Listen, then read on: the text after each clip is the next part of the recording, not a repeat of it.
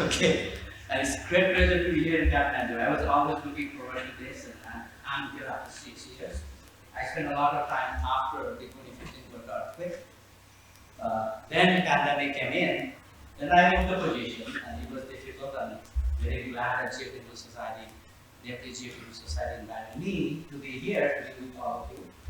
As Ahmed sir mentioned, I'm Binod Tiwari, and I'm Associate Vice President for Research Sponsor Programs at California State University, Fullerton. I may say Cal State Fullerton, same thing. So today, I'll be introducing you new things. I talked a lot here in different areas of my research, but this is new thing that I want to introduce to all of you. I'll talk about the background and history of lightweight cellular concrete.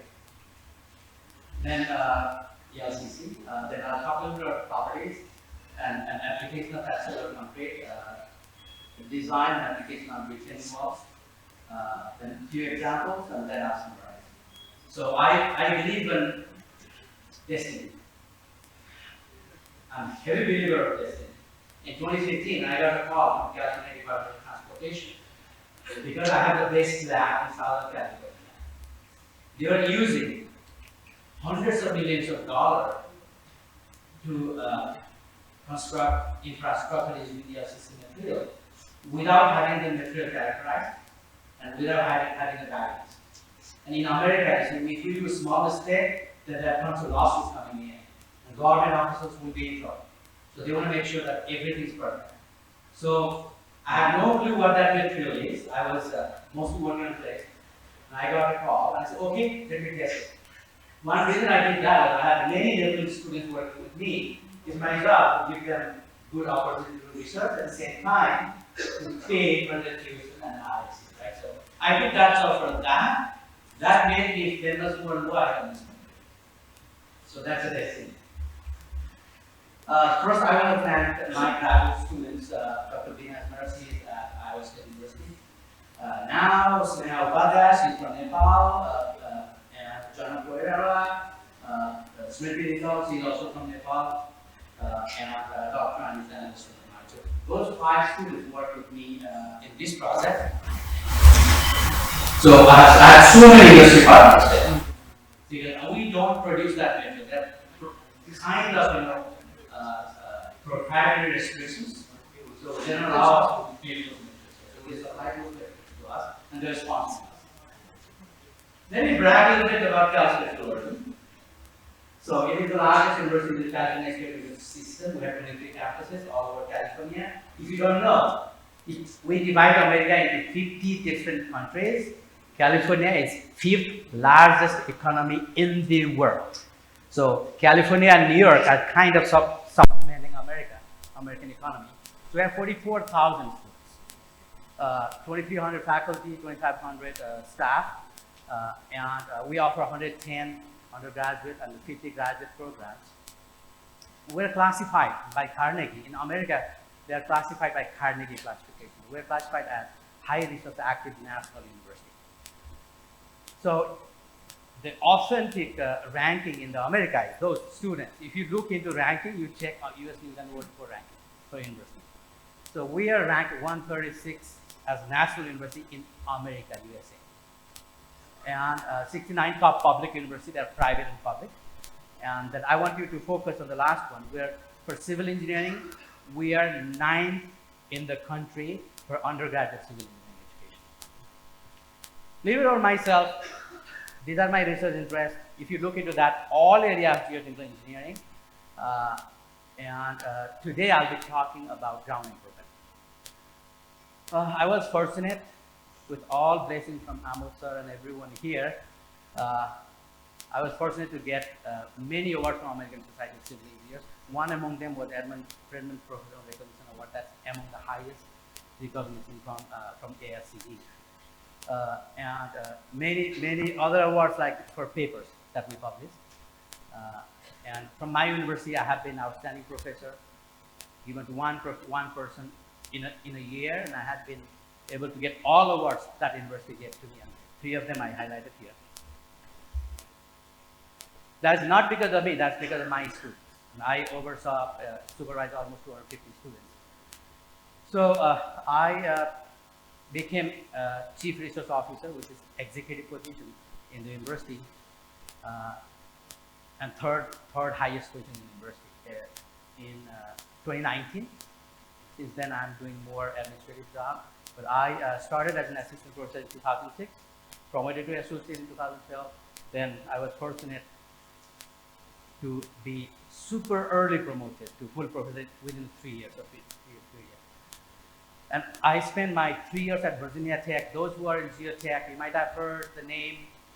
If you are working on slope stability, James Michael Duncan or J.M. Duncan, I was able to work with him and learn a lot from his passion in geotechnical engineering. He's one among the legends, living legends in geotechnical engineering in the world. And I also got a chance to work with Dr. James K. Mitchell. Those who are working on soil behavior. He is the old legend on soil behavior. So going to Virginia Tech was kind of another destiny for me. To meet with those two and then get advice from them and completely transformed myself. And I did my Bachelor of Engineering from Tribhuvan University in 1992. How many of you are Fullerton campus graduates?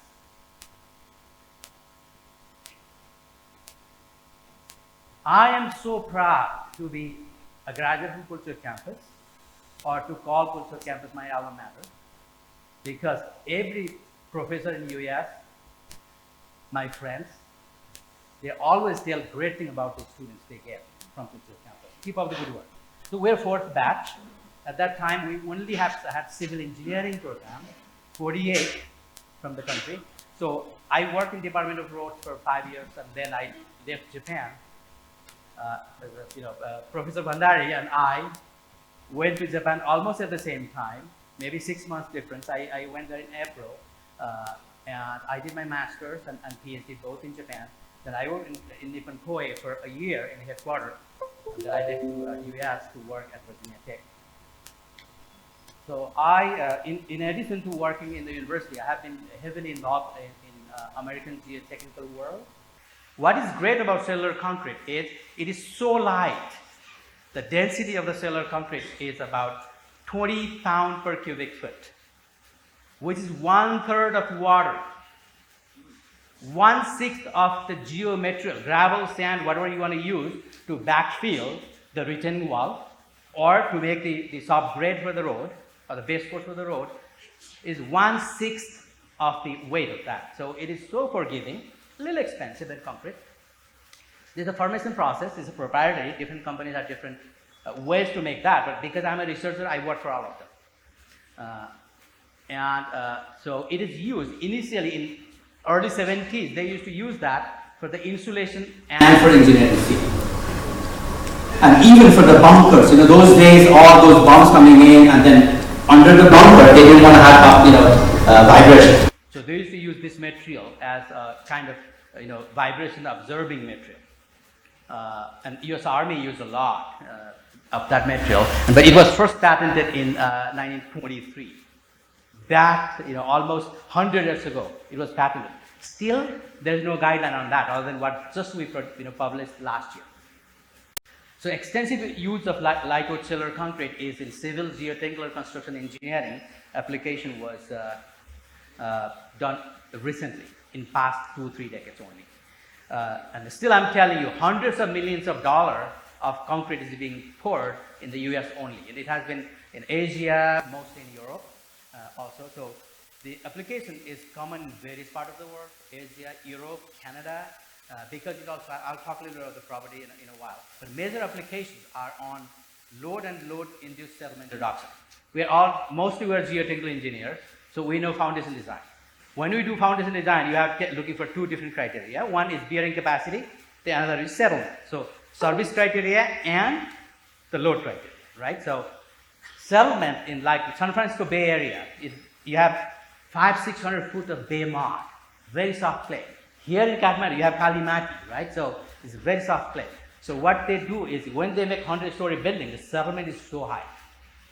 So now because they knew this material so light, what they do is just excavate maybe 10-15 foot of bay mud, replace that with the cellular concrete, now you are getting 6 times benefit of that, right? So because the density is 6 times lighter. So that way settlement is reduced significantly. So that is quite popular these days. And it is also used for mine stabilization. Engineering fields, quite popular. I'll show you a few examples. And the backfill of retaining walls and filling abandoned pipes. In the US, when you are abandoning the pipe, that could be a gas line pipe, that could be a water supply pipe, or anything else.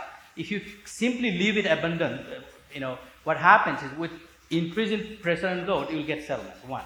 Second is you may have gas passing from one place to the other. So they have to close it. Until then, they used to use concrete or slurry to close it. But now with the availability of cellular concrete, most of those abandoned pipes are being closed by cellular concrete. Very quick, I'll show you a few examples. And any other void space, and it is now recognized by US Army Corps of Engineers and California Department of Transportation as one among the best ground improvement material. So please download that free book that I just showed on the left side. There are tons of properties there, but today I'll be talking about only few in the red. So if you look into scan electron microscope of that material, it's like that. You see, right side is a little bigger version, and then left side more zoomed in, and you can see those spherical thing. You can see these are encapsulated ER trapped. They're encapsulated that way. It's not like a pore. It is pore, but it's kind of encapsulated. So until that makes the material very light, and then until you apply heavy pressure and that encapsulated ER is burst, the property remains strong.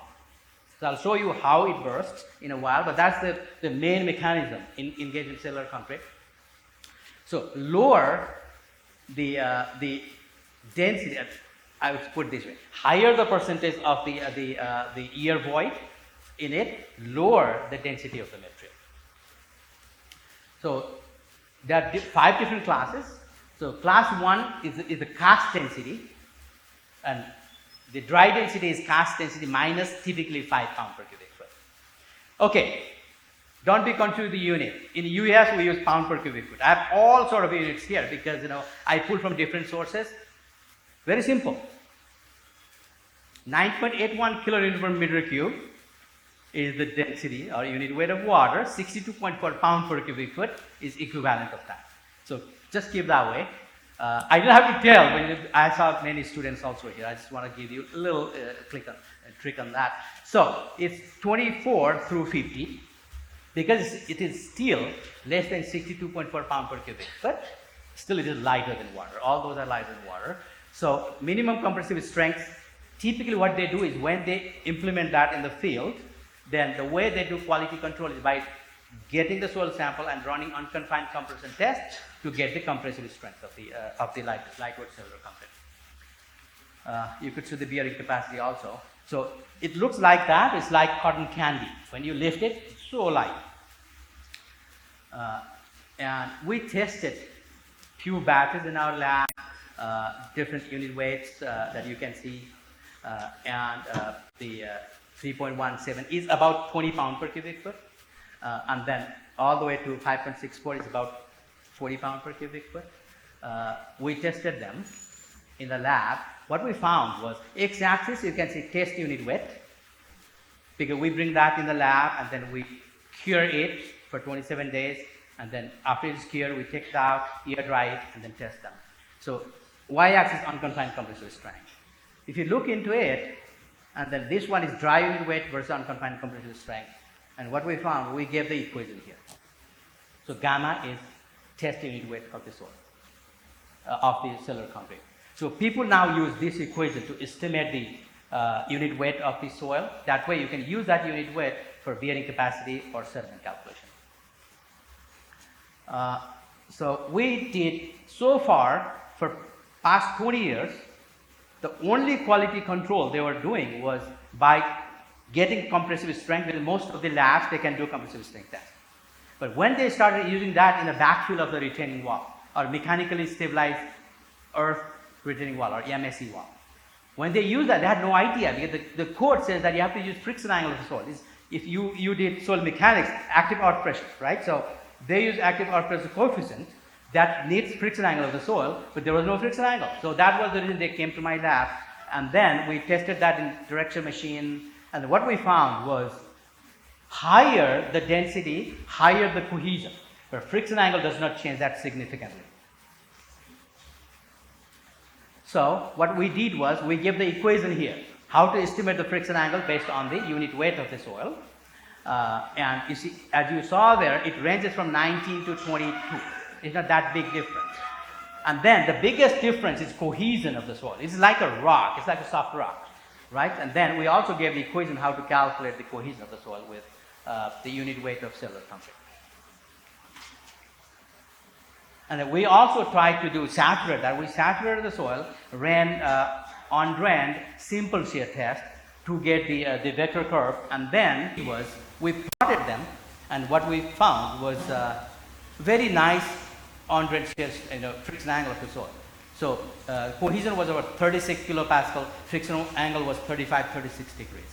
And we told, okay, you have friction angle of the soil is 36 degrees. If this material will not be saturated, in case it will be completely disintegrated and saturated, still use 36 degree friction angle, 35, 36 degree friction angle to calculate the reinforcement detail and the depth of the MSE wall, backfill of the MSE wall. And they are using that now for MSE wall design. We also saturated the soil and ran triaxial test.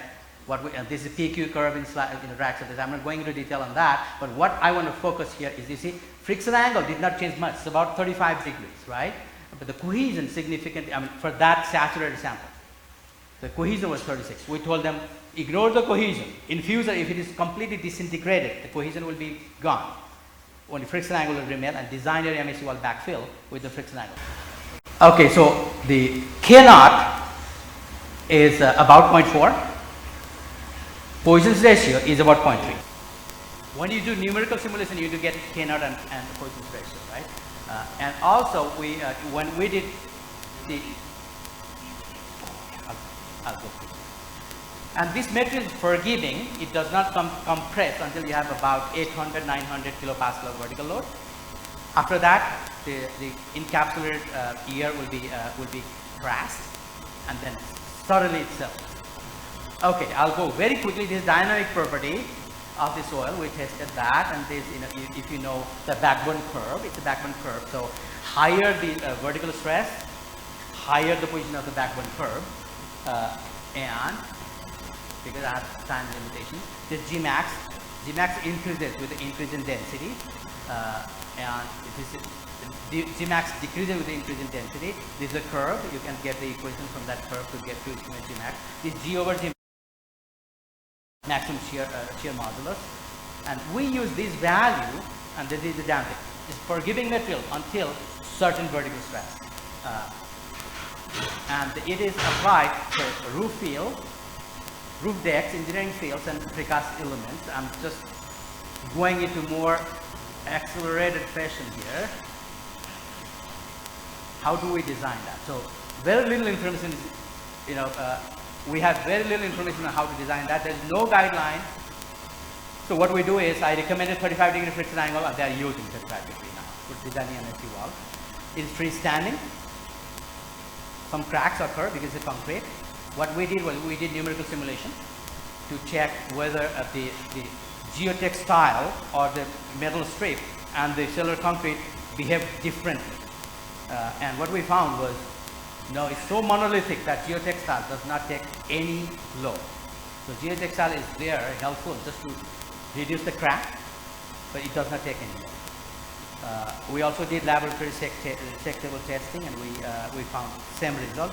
And then we also did field testing. The good thing about this material is so ductile that with huge amount of displacement, strength does not decrease.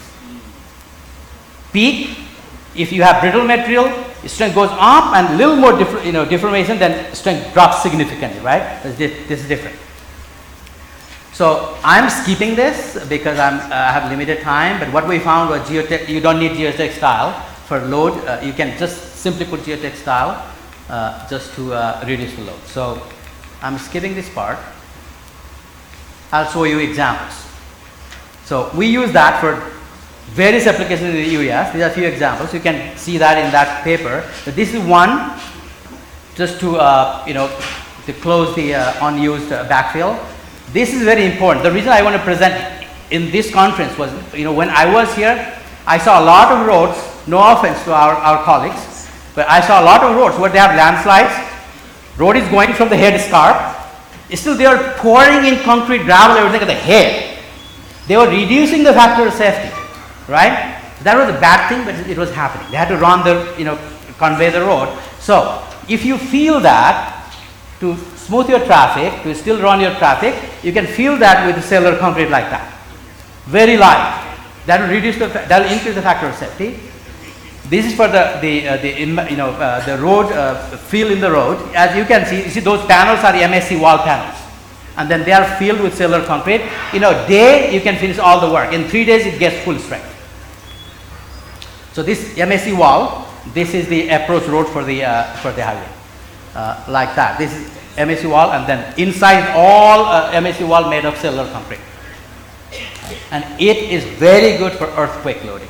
Like that, they pour that way, and within an hour, everything's done. Like that, you see, they were making road construction. They had to excavate the house, and they filled that very quickly with the cellular concrete. With this, now let me conclude. Okay. So whatever I said, it is summarized here.